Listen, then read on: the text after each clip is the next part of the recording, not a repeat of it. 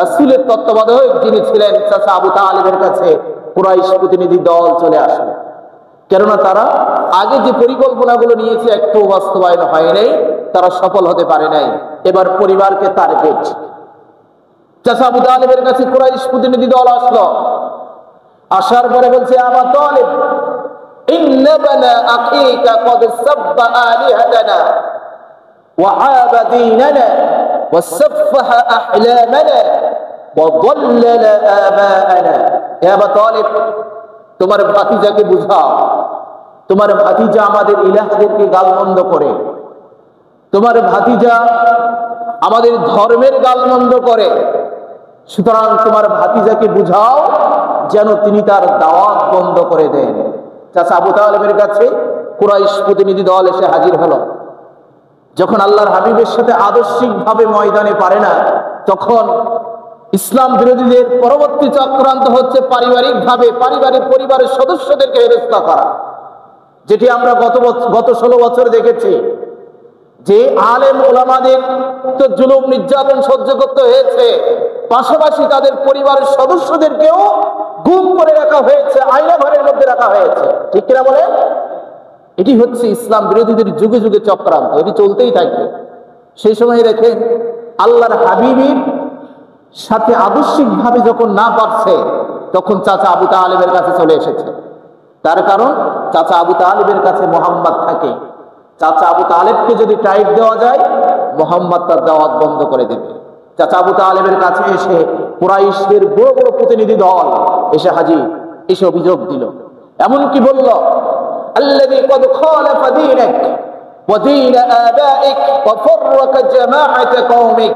তোমার ভাতিজা আমাদের সেই বাপ দাদাদের ধর্মে চুনকালি দিয়েছে, এবং আমরা এতদিন ধরে যে ধর্মের উপরে বড় হয়েছে সেই ধর্ম থেকে আমাদেরকে পৃথক করতে চায়। আমরা এতদিন সকলে সম্মিলিতভাবে যে ধর্মের উপরে ছিলাম, সেই ধর্মের মাঝে বিভক্তি সৃষ্টি করতে চায়। তোমার ভাতিজা যদি এর থেকে বিরত না হয়, তাহলে ফানাকুতুলুহু, আমরা প্রয়োজনে তাকে হত্যা পর্যন্ত করব। নাউযুবিল্লাহ। বড় ধরনের থ্রেট তারা চাচা আবু তালেবের কাছে এসে দিল। চাচা আবু তালেব নবী করিম সাল্লাল্লাহু আলাইহি ওয়াসাল্লাম যখন বাইরে থেকে ঘরে ফিরলেন, চাচা আবু তালেব আল্লাহর হাবিবকে ডেকে বললেন, ইয়া ইবনা আখি ইন্না কওমাকা ক্বাদ জাউনি ফাকালু লি কাযা ওয়া কাযা ওয়া লা তুহাম্মিলনি মিনাল আমরি মা লা উতীকু। চাচা আবু তালেব আল্লাহর হাবিবকে ডেকে বলছেন, ভাতিজা শোনো, আজ মক্কার সবচেয়ে বড় বড় লিডার যারা ছিল, কুরাইশ গোত্রপতি যারা ছিল, সকলেই আমার এখানে এসেছে এবং আমাকে হুমকি ধমকি দিয়েছে যে তুমি যে দ্বীনের দাওয়াত দিচ্ছ, এই দাওয়াত যদি বন্ধ না করো, তাহলে তারা আমাকে এই ধরনের হুমকি দিয়েছে, প্রয়োজনে তোমাকে হত্যা করারও হুমকি দিয়েছে। নবী করিম সাল্লাল্লাহু আলাইহি ওয়াসাল্লামকে চাচা আবু তালেব আরো বললেন যে, ভাতিজা তুমি আমার উপরে এমন বোঝা চাপিয়ে দিও না যে বোঝা বহন করার ক্ষমতা আমার নেই।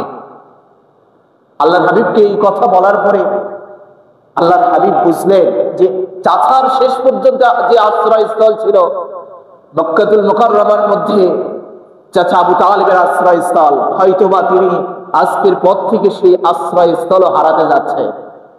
আল্লাহর হাবিব সাল্লাল্লাহু আলাইহি ওয়াসাল্লাম তিনি দুনিয়াবি কোনো উপকরণের উপরে নির্ভর করলেন না, চাচার উপরে নির্ভর করলেন না। তিনি ঘোষণা দিলেন, ইয়া আম্মি ওয়াল্লাহি লাউ ওয়াদা'ু আশ-শামসা ফি ইয়ামিনি ওয়াল কমারা ফি ইয়াসারি আলা আন আতরুকা হাযাল আমর মা তারাকতুহু হাত্তা ইযহিরাহু আল্লাহু আও আহলিকা ফীহি।